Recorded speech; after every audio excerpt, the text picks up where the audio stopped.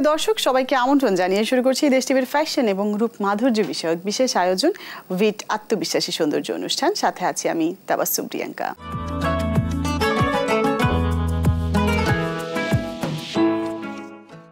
মানুষ বরাবরই সৌন্দর্য পাগল, আর তাই মানুষ সুন্দরকে বেছে নেয়। নিজেকে সবার মধ্যে সুন্দরভাবে উপস্থাপন করার ইচ্ছা থেকেই মানুষ সৌন্দর্য চর্চা করে।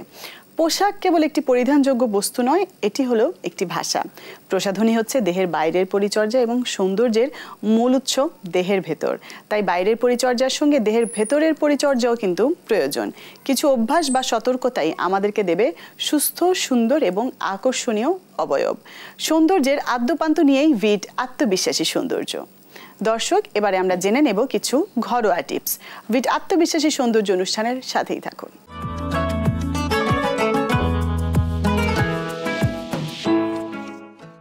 রোজায় ইফতারের পর বেশি করে পানি খেতে হবে। প্রাপ্তবয়স্কদের জন্য দিনে কমপক্ষে 8 থেকে 10 গ্লাস অথবা 2 থেকে 3 লিটার পানি পান করা উচিত। শারীরিক পরিশ্রম বা গরম আবহাওয়ায় আরও বেশি করে পানি পান করা উচিত।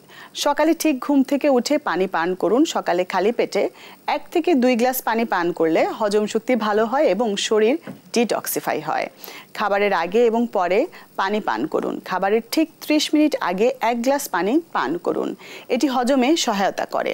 খাবারের পরে বেশি করে পানি পান করা এড়িয়ে চলুন, এতে হজম প্রক্রিয়া বাধাগ্রস্ত হতে পারে।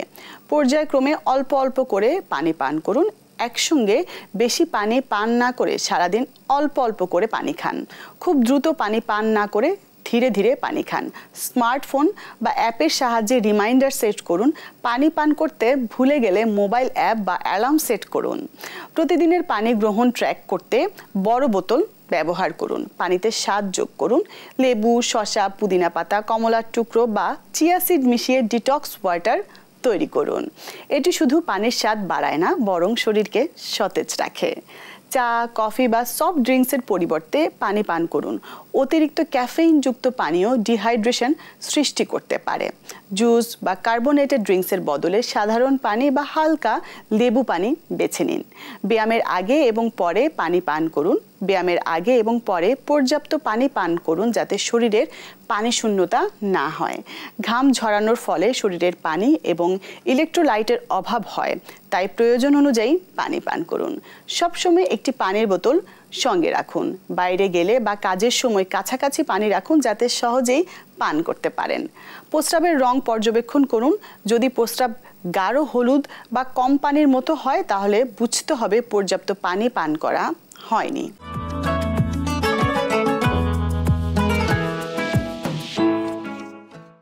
দর্শক, ভিট আত্মবিশ্বাসী সৌন্দর্য অনুষ্ঠানের এ পর্যায়ে আমরা শুনবো একজন এক্সপার্টের কিছু কথা। রমজানে আমরা কি ধরনের খাদ্যাভ্যাস ইউজ করব বা খাবো? সাধারণত আমরা বলি যে কোনো ধরনের উচ্চ শর্করা বিশিষ্ট খাবার যেন আমরা অ্যাভয়েড করি, কারণ শর্করা বা সুগার, যেটি দাঁতের জন্য অত্যন্ত ক্ষতিকর, এই সুগার হচ্ছে আমাদের যে কোনো ধরনের ডেন্টাল ক্যারিজ বা ক্যাভিটির জন্য দায়ী। তো রমজানের ক্ষেত্রে আমরা চাই আমরা যেন অতিরিক্ত আঁশমূলক খাবার যেন আমরা খাই, ফাইবার সমৃদ্ধ খাবার এবং ফল, স্পেশালি কমলা, মালটা এবং রসালো ফল, তরমুজ, এইসব খাবারে প্রচুর পরিমাণে অ্যাকচুয়ালি পানি থাকে, যে কারণে এটি আমাদের ওভারঅল স্বাস্থ্যের জন্য খুবই জরুরি। এবং দাঁত ব্রাশের বিষয়টা রমজানে আমরা যেটা বলি, ইফতারের পর বা সেহরির সময়, এই দুইটা সময় আমরা নর্মালি বলবো আমরা ব্রাশ করার জন্য। স্পেশালি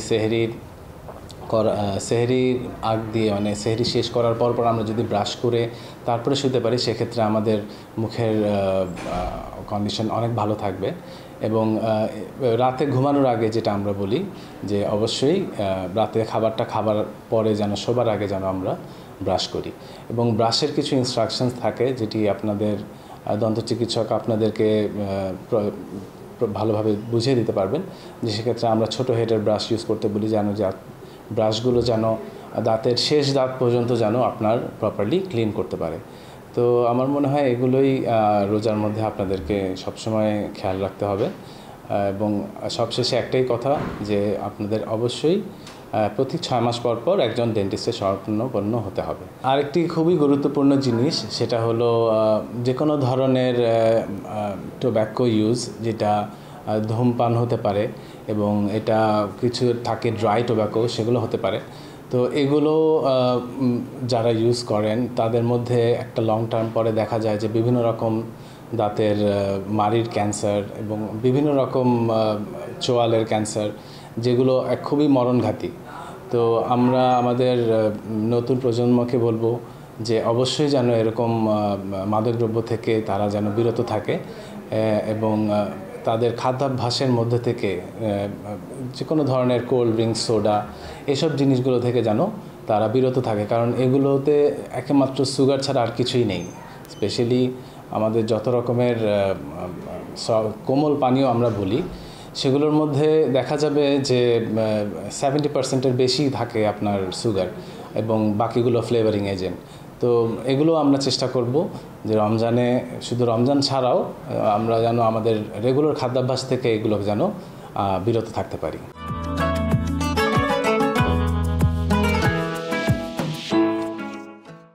দেশ টিভির ফ্যাশন এবং গ্রুপ মাধুর্য বিষয়ক বিশেষ আয়োজন ভিট আত্মবিশ্বাসী সৌন্দর্য অনুষ্ঠানের পর্যায়ে যাব একটা বিরতিতে। বিরতির পর ফিরে এসে আমার সঙ্গে থাকবেন একজন অতিথি। কোথাও যাবেন না, আমাদের সাথেই থাকুন।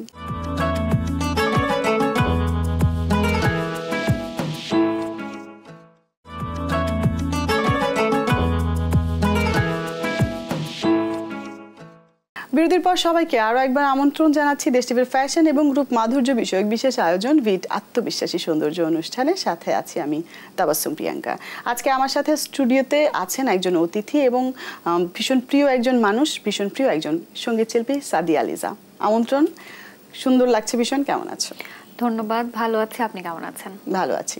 যখনই আমি লিজাকে দেখি একদম আলাদা একটা লুক সবসময় ক্যারি করে লিজা। নিজের একটা ফ্যাশন স্টেটমেন্ট আছে। ফ্যাশনের কথায় আমি পরে যাব, আগে জানতে চাই তোমার কাছে সৌন্দর্যের সংজ্ঞাটা কি?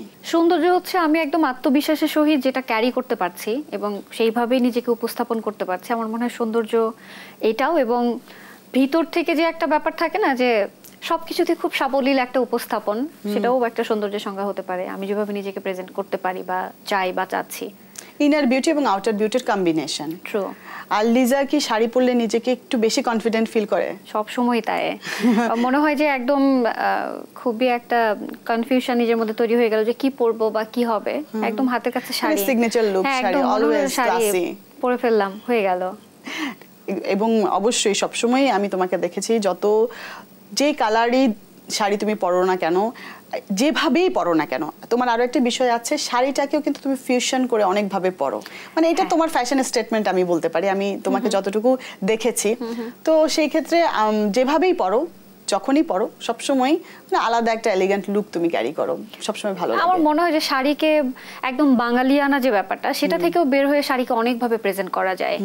অবশ্যই ডিপেন্ডস করে যে আমি কোন আয়োজনে যাচ্ছি, কোথায় যাচ্ছি, সেটার উপর নির্ভর করে আসলে আমি ভ্যারিয়েশনস গুলো আনার চেষ্টা করি। আচ্ছা, এটা কি তুমি রাজশাহীর মেয়ে তাই বলে কি, যে রাজশাহী তো মাসলিনের জন্য অনেক সমৃদ্ধ, মানে কি শাড়ির সাথে কি তোমার ওইভাবেই কি একটা নারীর টান আছে নাকি বলো তো? আমি কিন্তু সব থেকে বেশি কম পরি সিল্ক এবং মসলিন। এটা মানুষ হয়তো বিশ্বাস করবে না, যদিও আমি রাজশাহীর মেয়ে, বাট শাড়ির প্রতি ভালো লাগাটা মায়ের দেখে হয়েছে। কারণ মা এত সুন্দর করে গুছিয়ে শাড়ি পরে, মারা তো একটু সুতার শাড়িগুলো, কটনের শাড়িগুলো পরতে পছন্দ করে। তো ভদ্রমহিলা এত সুন্দর করে শাড়ি ক্যারি করেন, যেটা দেখলে আমার মনে হয় যে মানে আমি কেন পারছি না বা আমি কেন পারবো না। তো এরপর থেকে আমি শাড়ি পরতে পরতে আমারও শাড়ি পছন্দ হয়ে গেছে, পছন্দের পোশাক আসলে। আচ্ছা, এবার একটু আমরা রূপচর্চার বিষয়ে কথা বলতে চাই। লিজাকে আমরা যখনই দেখি খুব পরিপাটি স্কিন, এবং তুমি মেকআপটাও আমি দেখেছি খুব কম ইউজ করো, খুব মিনিমাল মেকআপ করা পছন্দ করো, এবং সবসময় হেয়ারটা খুব সুন্দর থাকে, যে এখনো দেখছি খুব গ্লসি। নিজের স্কিন হেয়ার কিভাবে মেনটেন করো, কি কি রিচুয়ালস ফলো করো, আমাদের সাথে একটু শেয়ার আচ্ছা করো। আমার চুলটা আমি বাই বর্ন এরকমই পেয়েছি, মানে স্ট্রেট যেটা আমরা বলি। তো এইটার উপরে জাস্ট আমার বাসায় পেঁয়াজের রসটা আমি একটু বেশি ব্যবহার করি। এটা আমার চুলেতে মানে খুব ভালো মতো স্যুট করে। তো আমার মনে হয় যে এটা গ্রোথের জন্য বলেন বা চুলকে আরেকটু সুন্দর করে। আর আমার এমনিতেই একটু স্মুথ, তারপরেও আমার কেমিক্যাল যত কম ইউজ করা যায়, এটা আমার মনে হয় ততটুকু মানে চুলের জন্য ভালো। আর স্কিনের যে ব্যাপারটা, আমি পর্যাপ্ত পরিমাণে পানি খাই, কিন্তু অনেক সময় শুটিং এ আসলে দেখা যায় যে খুব টায়ার্ডনেস কাজ করতেছে বা চেহারার মধ্যে একটা ব্যাপার আসে না, এটার রিজন হচ্ছে ঘুম কম হয়, পানি কম খায়। এবং যেদিন শুটিং বা কোনো কিছু থাকে আমি চেষ্টা করি আগের দিন যে একটু আর্লি ঘুমিয়ে যাওয়ার এবং একটু বেশি পানি খাওয়ার। আর আমার ব্যাপার হচ্ছে আমি প্রচন্ড পরিমাণে শাকসবজি খাই। ওকে, মানে কার্বোহাইড্রেট প্রোটিন তো থাকেই, ওইটা একটা লিমিটেড পরিমাণ থাকে আর কি। আর শাকসবজিটা একটু বেশি খাওয়া হয়। ইভেন আমি রাজশাহীতে গেলেও মাকে বলি যে যত পারো শাকসবজি এবং ছোট মাছ যত দিতে পারো আমাকে, মানে এগুলোর সাথে আমার খুব ভালো লাগে, আমি খুব তৃপ্তি মতো খেতে পারি আর কি। সেগুলো হেলথের জন্য অনেক ভালো। হ্যাঁ, খাবারের সাথে তো শুধু স্কিন বা হেয়ার না, পুরো বডির যে ফাংশনটা সবকিছুই খুবই মানে একদম ইন্টারকানেক্টেড। আর অবশ্যই বলতে হয় তোমার ফিটনেসও খুব ভালো। এই যে শাকসবজি বা খাবার দাবার তো তুমি বললেই মেইনটেইন করো, এর পাশাপাশি কি কোনো জিম, যোগা অথবা মেডিটেশন এগুলো কিছু ফলো করা হয়? যোগাটা বাসায় করা হয়। অনেকে দেখি যে যোগার আলাদা যে যোগা করা হয় যেখানে, সেখানে গিয়ে করে। আমি মাঝে মাঝে একটু ইউটিউব সার্চ করি, সার্চ করে দেখি যে যোগাটা আসলে শারীরিক দিক থেকে আমাদের সাথে কতটুকু কানেক্টেড। এরপরে যখন আমি দেখলাম যে এটা মেইনটেনেন্সের ক্ষেত্রে অনেক বেশি হেল্পফুল, সেটা শারীরিকভাবে বলেন, মানসিকভাবে বলেন, এবং যখন যোগা করা হয় এমনিতেই দেখবেন যে ওইটার পরে পুরো বডি এত ইজি হয়ে যায় এবং মানে পুরো বডি মানে হালকা হয়ে গেছে। এক্স্যাক্টলি এটাই হয়। আমি একটু ইউটিউব সার্চ করে করে মাঝে মাঝে এগুলো একটু করি বা দেখি আর কি। আমার যে স্বাস্থ্য বাড়ে না তা না, হয় না অনেক সময় যে একটু বেশি কার্বোহাইড্রেট খেয়ে ফেলছি বা একটু বেশি প্রোটিন খাচ্ছি, অনেক সময় মিষ্টির প্রতি একটা আলাদা চাহিদা হয়, অয়েলি যে খাবারগুলো সেগুলো খাওয়া হয়। এরপরে বাসায় আসার পরে মনে হয় যে না, এগুলো আসলে খাওয়া যাবে না বা খাওয়া ঠিক না। অনেকে গ্যাস্ট্রিকের প্রবলেমও হয় লম্বা সময় না খেয়ে থাকলে, বা এই যে অয়েলি ফুডগুলো খাইলে এর ইফেক্ট গুলো পড়ে। মানে মেইনলি তুমি নিজেকে একটু সচেতন একটু চেষ্টা করি আর কি। হ্যাঁ, আচ্ছা, এখন তো খুব ট্রেন্ড চলছে অ্যাস্থেটিক ট্রিটমেন্ট, সার্জারি, লেজার, আরো অনেক কিছু।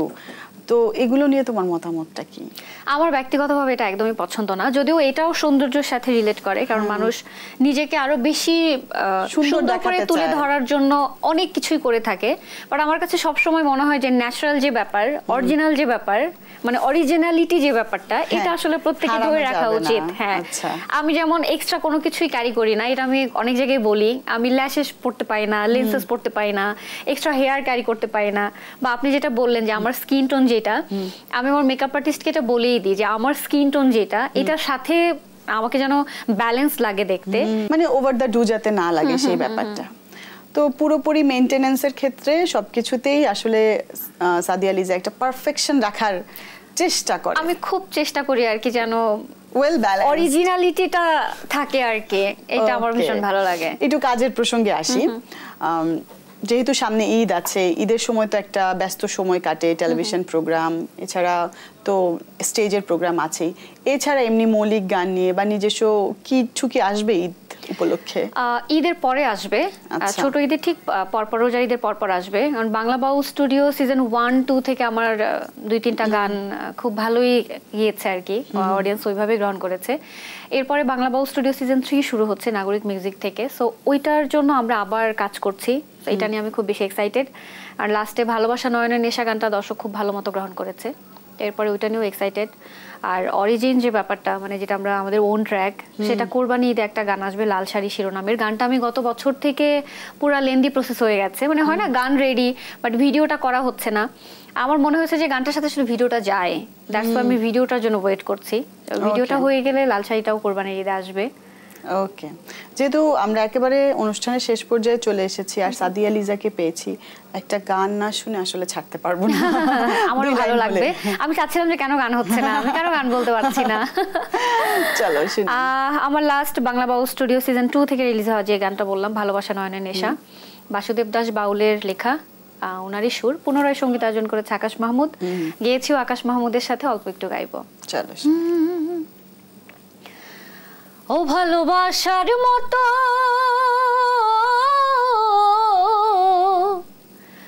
ও ভালোবাসার মতো বাসে কয়জনা, দুইজনাতে এক মন মেশারে বন্ধু, ভালোবাসা নয়নের নেশা, ভালোবাসা নয়নের নেশা রে বন্ধু, ভালোবাসা নয়নের নেশা, ভালোবাসা নয়নের নেশা রে বন্ধু, ওরে ভালোবাসা নয়নের নেশা। ও চমৎকার, থ্যাংক ইউ। খুব ভালো লাগলো তোমার সাথে আড্ডা দিয়ে। গান নিয়ে তো আমরা সবসময় আড্ডা দেই, এবার একদম ভিন্ন প্রসঙ্গে আড্ডা দিয়েছি এবং এটা আরো একটু নতুন ভাবে আমি সাদিয়া লিজাকে আপনার সাথে আমার প্রথম গানের কোনো প্রোগ্রামের বাইরে আসলে আমরা এত কনভারসেশনস করলাম এবং সেটা একদমই আলাদা একটা টপিকসে, আমারও খুব ভালো লেগেছে। অনেক ধন্যবাদ, সবসময় ভালো থাকো, সুন্দর থাকো। আপনিও। দর্শক, দেশ টিভির ফ্যাশন এবং রূপ মাধুর্য বিষয়ক বিশেষ আয়োজন ভিট আত্মবিশ্বাসী সৌন্দর্য অনুষ্ঠানের আজকের পর্ব এখানেই শেষ করছি। আশা করি পুরো আয়োজনটি আপনাদের ভালো লেগেছে। আমাদের আয়োজনের কোনো অংশ আপনারা যদি মিস করে থাকেন তাহলে তা দেখে নিতে পারেন দেশ টিভির অফিসিয়াল ফেসবুক পেজ এবং ইউটিউব চ্যানেল থেকে। ভালো থাকবেন, সুস্থ থাকবেন এবং দেশ টিভির সাথেই থাকবেন।